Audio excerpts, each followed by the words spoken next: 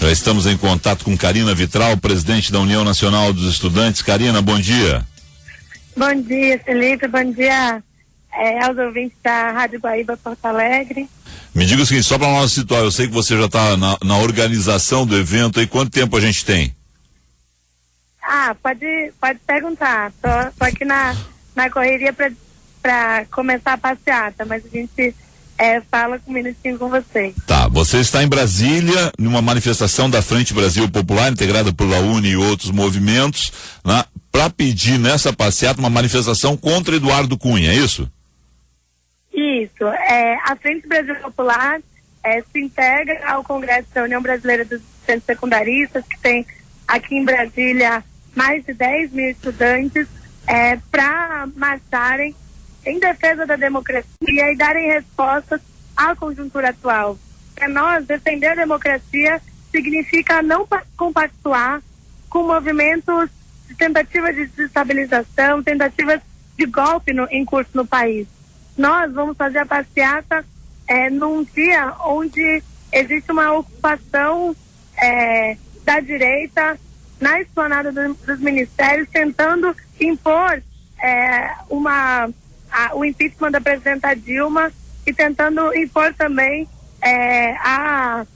com ideias conservadoras, né, com bandeiras com a ditadura militar, e incrivelmente eles podem permanecer na esplanada num local bem próximo do Congresso Nacional, onde nenhum dos movimentos sociais nunca puderam acampar, mas eles tiveram, por serem um movimento de tentativa de estabilização, eles tiveram autorização do presidente da Câmara, Eduardo Cunha. E por isso e mais muita coisa, ele também é o nosso foco da passeata. Porque sempre foi o inimigo dos avanços sociais, sempre foi o inimigo dos movimentos sociais, seja na época da aprovação da redução da maioridade penal, onde a juventude combateu esse retrocesso de forma veemente, seja agora com o PL 5069, que atinge direitos reprodutivos, direitos sobre o corpo da mulher, e seja também porque ele representa tudo do conservadorismo que a política ainda tem no país. Carina, Eu acho que Carina, me diga o seguinte, por que sempre tem essa situação assim? Olha, nós defendemos a democracia, eles não. As manifestações não são democráticas dos dois lados. Vocês não têm o direito, por exemplo, de pedir hoje o impeachment de Eduardo Cunha. Outras pessoas não têm o direito, porque acreditam que há nesse país corrupção envolvendo a presidência da República, de pedir o impeachment de Dilma. Porque sempre tem essa questão assim de, olha, é nós contra eles. É nós que estamos sempre com a razão, eles estão sendo sempre errados. Por que isso? A gente não pede o impeachment do presidente Eduardo Cunha, porque impeachment é um dispositivo na Constituição que se refere só com relação à presidência da República. O que a gente pede é a saída dele da presidência da Câmara e a cassação do mandato dele, porque existe provas e indícios contundentes de envolvimento dele com esquema de corrupção, com contas na Suíça. Situação bem diferente da presidenta Dilma. Se a gente tivesse a União Nacional dos Estudantes, ela já conseguiu, por movimentos pró-impeachment, derrubar um presidente da República. Mas qual era a diferença da época do Collor para a época da Dilma? É porque antes existia muito mais indícios de envolvimento direto do presidente da República. Quem é mais antigo, não é da minha época, mas a gente lê os livros de história, a gente estuda a nossa história e sabe, porque naquela época existia depósito na conta da esposa do presidente Collor.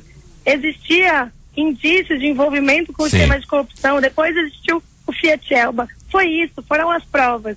Foram também os movimentos que impulsionaram o impeachment, mas foram provas contundentes, indícios que derrubaram o presidente da República. Por que a gente acha hoje que um processo de impeachment seria antidemocrático? Porque um processo de impeachment sem a prova, indício qualquer de crime de responsabilidade contra o presidente da República, na nossa Constituição, um processo de impeachment só é possível se existir indício de crime de responsabilidade contra o presidente da República diretamente. Então, se isso não existe, é tomada do poder pelas vias antidemocráticas, usando o subterfúgio de um processo legal garantido pela Constituição, um dispositivo legal que é o impeachment, mas na verdade travestindo um processo antidemocrático. Como é que você que a eleição acabou de acontecer e a presidenta tem legitimidade de ficar até 2018. Isso não significa uma carta branca para a presidenta. Tanto é que a Frente Brasil Popular luta contra o ajuste fiscal, porque a gente não concorda com a saída que o governo tem apresentado para a crise. Nós vamos continuar lutando. Mas daí a pedir a saída da presidenta sem acusação e sem prova, os movimentos sociais não vão compactuar com isso. Como é que vocês recebem a crítica, né? E eu quero falar contigo sobre FIES, ProUni e outras situações que eu acho que aí se interessam diretamente a milhares de pessoas que estão hoje no processo. Você, inclusive, é aluna de escola particular, né? Você é diferente, né? Porque houve uma sucessão dentro da Uni de estudantes de escolas públicas, mas você quebrou, você é da PUC São Paulo. Mas antes disso, né? Como é que vocês recebem a crítica? É o seguinte, olha, a Uni faz isso hoje, não se revolta como aconteceu no passado, a Uni sempre foi contra governos, porque tem muita verba do governo chegando na Uni. Então vocês hoje estariam atrelados ao governo e é isso que faz a diferença, é isso que vocês fazem vocês serem eu vou usar um termo assim, massa de manobra do governo, né? Estarem ao lado do governo.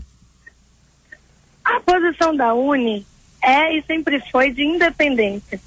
Independência, na nossa opinião, é quando o governo acerta, nós vamos apoiar, quando o governo erra, nós vamos criticar. Foi assim, por exemplo, com o ProUni. O ProUni foi um projeto que o movimento estudantil apoiou. E nem por isso, o critério de apoiar o ProUni era beneficiar milhares de estudantes. E nem por isso fez a Uni menos de luta, menos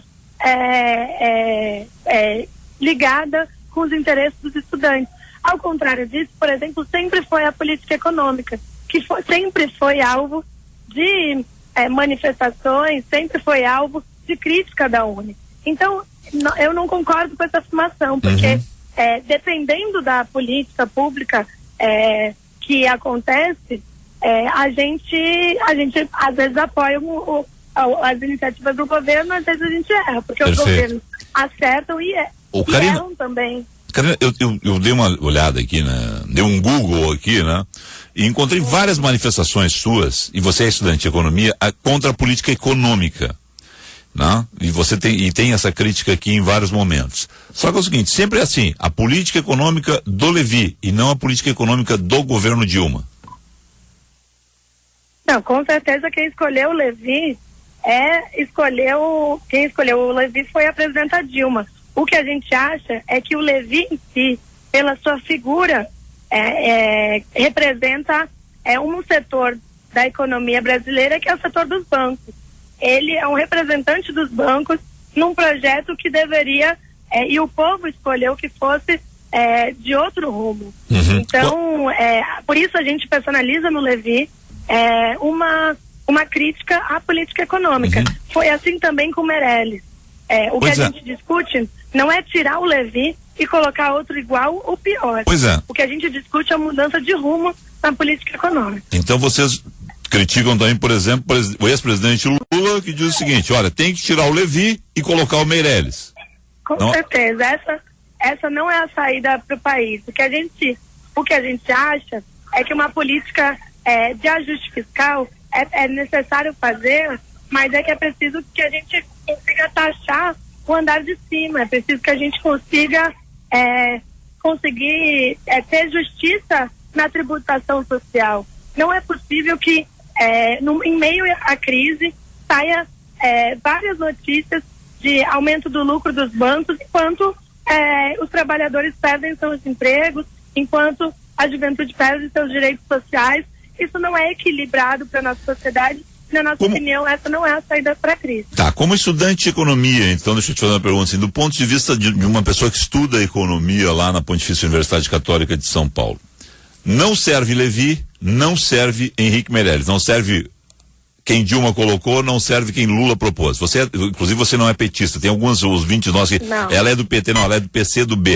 Apoia o governo, é um partido junto ao governo, e, inclusive eu acho que é mais fiel ao governo Dilma, muitas vezes PC do B, que o próprio PT, que a gente vê dissidências a todo momento dentro do partido. Mas quem seria uma figura, né? Se olha, Felipe, esse sujeito aqui tem um pensamento que nos interessa, nós imaginamos que esse seria uma boa figura, porque a gente está vivendo exatamente isso. Levi sai para entrar Meirelles, e isso está na atual presidente e no ex-presidente, quer dizer, não vai mudar muita coisa. E, inclusive Meirelles já disse semana que Levi está certo na política, né? Que está implementando. Sim. Eu acho que um nome, né? Não tem um nome que a Frente Brasil Popular, ou mesmo que a UNE, defenda para a sucessão, né? O que a gente defende é um projeto. Mas eu tenho certeza que dentro de economistas sérios, renomados, que tem projetos de desenvolvimento do país, eu acho que teria vários nomes, né? Tem alguns que inclusive já escrevem bastante, criticam a política econômica, como é o caso Beluso, como é o caso Bresser Pereira, como é o caso de diversos economistas, mais pela linha desenvolvimentista.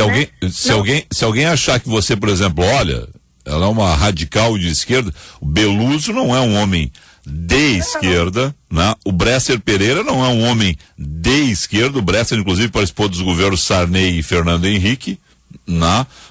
Vocês têm essa abertura da assim para dizer, não é um nome, olha... Claro, o que eu acho que o Brasil precisa é conseguir ter um projeto claro para o desenvolvimento do país, coisa que a gente não conseguiu fazer, e essa sempre foi nossa crítica, mesmo antes da crise econômica, né?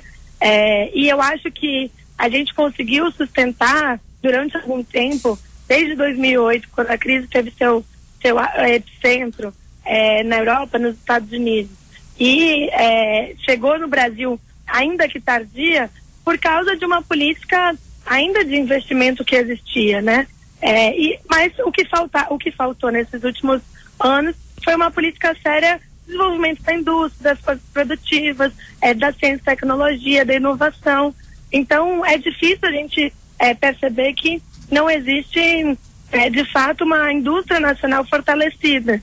E eu acho que é um projeto desse para uma etapa posterior. A gente viveu um ciclo virtuoso do consumo que tem os seus méritos, porque a população que nunca teve acesso a bens materiais, né, pode equipar sua casa. Isso, durante algum tempo, foi promotor, foi indutor de um crescimento no país, mas isso tem limites profundos, né? Porque no momento de crise não dá para ir só pelo consumo, não dá para ir só pela demanda. A gente precisa que consiga ofertar produtos com mais valor agregado. E a gente hoje, infelizmente, exporta laranja e importa suco de laranja. A gente exporta aço e importa chip, né? Uhum. Então, a gente ainda tem uma indústria bastante limitada, e eu acho que isso ficou claro agora com a crise e o fim do ciclo das commodities, né? Como é ruim a gente depender só de um setor da economia. Tá. Me diga o seguinte, agora uma outra situação, só porque daqui a pouquinho a gente tem que interromper a entrevista, você está na manifestação. A UNE não está falando muito de economia, muitas vezes, e pouco de FIES, Ciência Sem Fronteira, que está quebrado o programa, tem gente no exterior pendurada sem receber o dinheiro, né? O próprio PAONE, a diminuição do programa, né? A gente tem pauta para tudo isso, né? Agora, a história da União Nacional dos Estudantes sempre foi conseguir ligar a realidade concreta do que vivem os estudantes com os problemas do país, né? Não dá só para os estudantes olharem para os seus problemas e esquecerem a política que está em curso. Eu acredito que os próprios estudantes, a própria juventude, está muito conectada com esses problemas, né? Quem são as pessoas que lideraram manifestações agora contra o fechamento das escolas em São Paulo, se não a juventude? Quem é que vai para a rua contra o Cunha, liderado pelas mulheres, se não as mulheres jovens? Né? Quem é que vai para a rua para fazer um contraponto no país, se não a juventude? Pelo menos pelo campo progressista né? Se você for olhar as passeatas pró-impeachment, não são tão jovens como as passeatas da esquerda. Então, eu acho que é um pouco desse panorama. Mas na crise do FIES do ano passado, a UNE intercedeu, a UNE conseguiu apresentar perspectiva e solução, dialogou e brigou muito também com o Ministério da Educação para que fosse solucionado diversos problemas, para que não tivesse nenhum estudante prejudicado, mas ao mesmo tempo foi importante a gente conseguir aquela medida de limite de aumento de mensalidade no FIES, porque no final das contas o debate que parecia era que se aquele limite que as universidades não tinham para aumentar a mensalidade acabava prejudicando os estudantes. Na verdade é o contrário, né? Se a universidade não tem limite de aumento de mensalidade, quem acaba mais endividado somos nós. Então a gente precisa sim garantir todo o acesso ao programa, sim garantir mais verbas para o FIES, mas também conseguir, a gente que vive a realidade da universidade privada, conseguir contribuir de forma propositiva e dizer o seguinte: olha, existem muitos desmandos que as universidades privadas fazem todo dia. A gente paga taxa para tudo na universidade privada.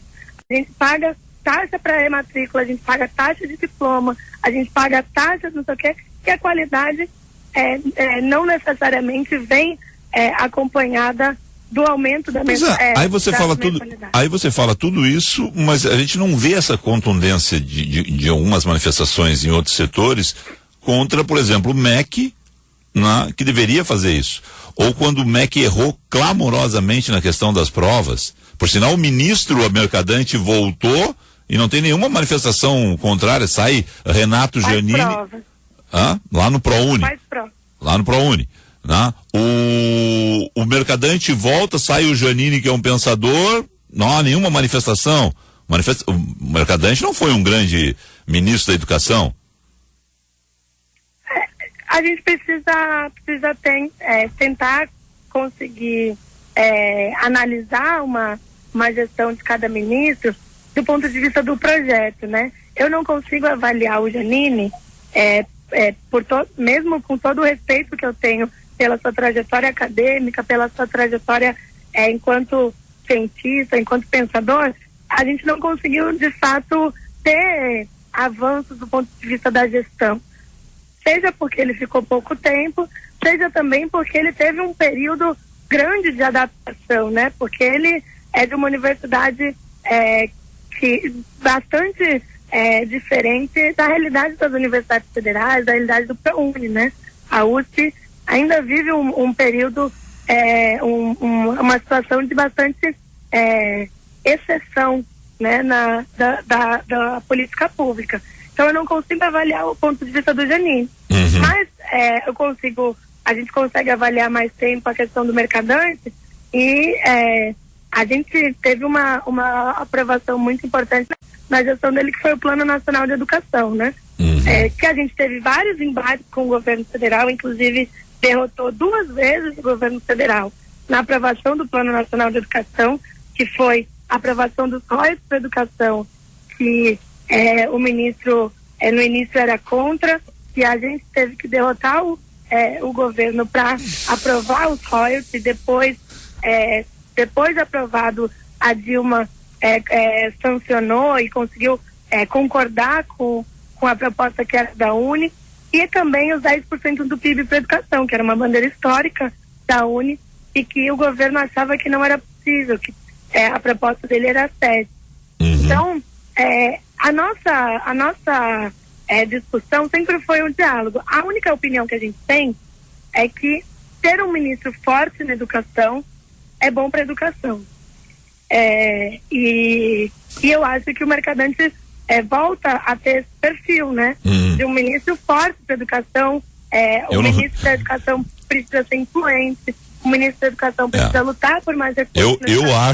Aí eu vou dizer assim, já que você acha também, né? Você também tá nessa, então eu vou dar minha opinião no meio dele. Eu acho, sinceramente, que ele foi muito mal lá e que ele não tem perfil nenhum, ele tá perdido, só que ele é amigo da Dilma, e aí a Dilma disse, olha, o Mercadante tem que ser acomodado no governo, volta lá para a educação, tira um pensador da educação como o Renato Giannini, porque ele não tinha partido mesmo, não tinha ninguém para segurar, e aí então se coloca o Mercadante lá e deixa assim, né, porque a pátria educadora não está funcionando. Não vai me dizer que a pátria educadora está funcionando, que aí não dá, né? Mas tudo bem. Karina, algum comentário a respeito disso, não? Não, eu acho que eu só tenho... eu concordo que ele não funciona na Casa Civil. Por isso mesmo que eu acho que ele é melhor na educação do que na Casa Civil. Eu acho que ele não funcionou em nenhuma das duas. Mas vamos lá. É o seguinte, você entrou no ar aqui, é claro que, olha, tem umas 50 mensagens aqui, tá? Tem mensagem batendo em mim, tem mensagem batendo em ti. A que bate em mim diz o seguinte, e eu não debati contigo, então eu tô muito tranquilo. Poxa, Felipe, essa guria da Uni te deu nos dedos todas... Isso aqui foi com 2 minutos de entrevista, tá? Essa mensagem entrou aqui, eram 9h30. Felipe, poxa, Felipe, essa guria da Uni te deu nos dedos todas as vezes, ela foi super clara, objetiva e te deu um banho de objetividade, diz a Júlia aqui. Tá feito o registro, mas como eu respondi pra ela, mas eu debati com a Karina, quando? Onde? Mas tudo bem. Tá feito o registro. Aí tem aqui o seguinte, diz para a mocinha que legitimidade não traz junto honestidade, infelizmente, diz aqui o Pedro. Bom dia, Felipe. Parei um pouquinho. Tá aqui. Bom dia, Felipe. Aí ele enquadrou aqui, ele disse que eu enquadrei você, bom, aí tem um termo aqui que eu não gosto de usar, então, mas é sempre o mesmo discurso com as mesmas contradições. Fácil ser burguês e comunista, diz o Cristiano de Porto Alegre. Esse aqui é uma outra coisa. Felipe, a ativista do ProUni está muito desinformada, diz que há provas contra Eduardo Cunha e o que ela acha das pedaladas da Dilma, que deu um rombo de mais de 45 bilhões de reais e está comprovado pelo Tribunal de Contas da União que tem provas de crime de responsabilidade fiscal. Estão fazendo uma politicagem muito inconsistente, diz a Maria, aqui do bairro de Ipanema, em Porto Alegre. Eu gosto de ver que as pessoas são, de vez em quando... elas têm necessidade de agredir, então elas usam uns termos aqui que eu não tô, tá? Mas vamos lá, eu vou trocar pelo teu nome, tá? Conta pra Karina que o Collor foi absolvido no Supremo Tribunal Federal, longe de mim defendê-lo, mas ela disse que ele caiu por provas, no Supremo ele foi absolvido. Bom dia, as passeatas da esquerda tem mais gente nova porque aquele discurso só convence a juventude imatura, quando crescem logo descobrem que foram enganados, é claro, a militância comprada, diz aqui o Rodrigo da Uni, repetindo uma questão que eu te fiz, inclusive de verbas, né? Essa situação toda, né? Eu queria, porque depois eu vou ler alguns outros aqui, todo mundo está mais ou menos nesse sentido, gostaria que você soubesse mais ou menos a opinião das pessoas, né?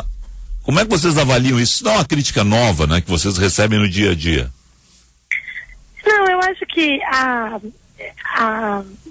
existe uma crescente politização, se a gente pode chamar assim, da sociedade, né? Eu acho que tem muita gente dizendo que existe uma onda conservadora. Eu contesto essa tese. Eu acho que não existe uma onda conservadora no país. Eu acho que o que existe é uma polarização. Existe um reflexo de muita coisa, um reflexo social de muita coisa que mudou na sociedade brasileira nos últimos 10 anos, seja para o bem, seja para o mal. Tem gente que foi beneficiada, tem gente que viu o Estado não olhar mais para os seus interesses e olhar para interesses de outra camada da sociedade. E é justo que algumas pessoas reajam a isso, podem concordar ou discordar. Eu só acho que, e eu sempre falo isso, essa é a minha postura, de sempre ter bastante tolerância, sempre conseguir ouvir muito. Então, esse tipo de que você educadamente não reproduziu, né, os xingamentos, mas eu acho que a gente precisa conseguir discutir sem que haja ofensas, né? E nós do movimento estudantil diferente do que falou algum dos ouvintes da rádio, muito pelo contrário, damos um banho de tolerância, um banho de maturidade política ao não entrar nesse tipo de coisa. Hoje a União Nacional dos Estudantes, tudo que eu falei aqui representa a opinião majoritária do movimento estudantil e todas essas opiniões aprovadas em congressos que participam mais de 15 mil estudantes no Congresso, mas que votam na base quase 2 milhões de estudantes. Mas eu represento aqui uma opinião que venceu o Congresso, uma opinião majoritária. Mas no movimento estudantil a gente é acostumado a lidar com opinião diferente. A direita e o PSDB, por exemplo, participa do movimento estudantil, se organiza como uma corrente de opinião, é respeitado dentro dos nossos fóruns, e eu acho que do mesmo jeito que a extrema esquerda também existe no movimento estudantil, é respeitado nos nossos fóruns. Eu acho que isso é um ensinamento que eu acho que o movimento estudantil pode levar à sociedade brasileira, onde os opostos, os divergentes conseguem conviver pacificamente, e mais do que isso, conseguem encontrar, mesmo na diversidade, pontos de unidade para ir para a luta juntos. Então, eu acho que, como eu já tinha comentado mais ou menos alguns dos assuntos que foram colocados aí nos comentários, eu queria deixar essa mensagem, assim, que eu acho que em tempo de maior participação, em tempo de crise inclusive humanitária no mundo, porque é importante que a gente diga que e que perceba que a crise não está no país, ela começou na Europa, nos Estados Unidos, chega no país e ela não pode criar no país uma crise humanitária, uma crise de ódio, uma crise de intolerância. Precisa ser convivendo na nossa diversidade, e eu tenho certeza que ninguém precisa concordar com tudo, né? Precisa haver diversidade, mas é preciso discutir um projeto para o país. Eu acho que Karina, um pouco desse ódio, só para concluir, é também inflamado por um discurso que infelizmente parte do PSDB assumiu, de não discutir mais programa, né? Só fazer um contraponto. Mas no passado esse era o discurso do PCdoB contra o PSDB, era o discurso do PT contra o PSDB. O problema é o seguinte, isso aqui é uma questão que eu repito sempre aqui, tá? O problema nesse país é que hoje o PT tá lá e aí todo mundo, o PT, o PCdoB, todo mundo que tá lá, né? Porque tem de tudo no governo Dilma, né? Aí todo mundo é contra e radicaliza. Aí o PT, o PCdoB, todos que passaram pelo governo Dilma vão para a oposição e agem como se não tivessem sofrido a mesma questão da oposição, né? Eu acho que o país tem que amadurecer como um todo. Eu quero dizer o seguinte, o país tem que amadurecer como um todo, tem que ser mais coerente como um todo, né? Porque senão a gente vai ficar vivendo isso. Amanhã outro partido chega ao poder, aí o PT volta, o PCdoB volta para a oposição e aí faz tudo o que criticavam na atual oposição. Mas isso é uma questão da democracia evoluir. A gente tem uma democracia muito jovem ainda, né? Sim, eu acho que o problema não é fazer oposição. Eu acho que quais argumentos, quais mecanismos valem para fazer oposição. Eu não acho que vale para fazer oposição um adesivo que coloca a presidenta da República, a maior autoridade desse país, de pernas abertas para colocar a gasolina. Eu não acho que valha esse tipo de coisa. Eu acho que isso não são manifestações espontâneas, são manifestações dirigidas. Pessoas que financiam esse tipo de adesivo, que distribuem esse tipo de adesivo, que isso é só para falar do mais grave, né? Se ontem mesmo, na manifestação, nessa acampamento que eu disse que tem em frente ao Congresso Nacional, foi encontrado uma pessoa com pistola, com soco inglês. Então, eu acho que esse tipo de oposição não vale. O tipo de oposição que a UNE sempre fez a governos de todas as colorações, que é oposição política, discordância do ponto de vista das ideias, eu acho que é válido. E eu acho que isso não deve significar a guerra no país, o ódio, o preconceito contra qualquer tipo de gente. Tá bem. Quero dizer que também, finalmente, aqui temos, por exemplo, assim, para os dois, tá? Felipe, porque tem gente me dando pau aqui que queria que eu fosse pro um MMA contigo aqui. Felipe, parabéns por essa entrevista. Pela primeira vez, um representante dos estudantes com uma fala e argumentos coerentes para uma política. Rafael de Porto Alegre, tá bem? Mas nós dois levamos pau aqui, eu e tu, tá bom? Tá bom. É do jogo. Ficamos empatados. É do jogo, tá bem? Deixa eu só dizer o seguinte, dá mais entrevista pra gente.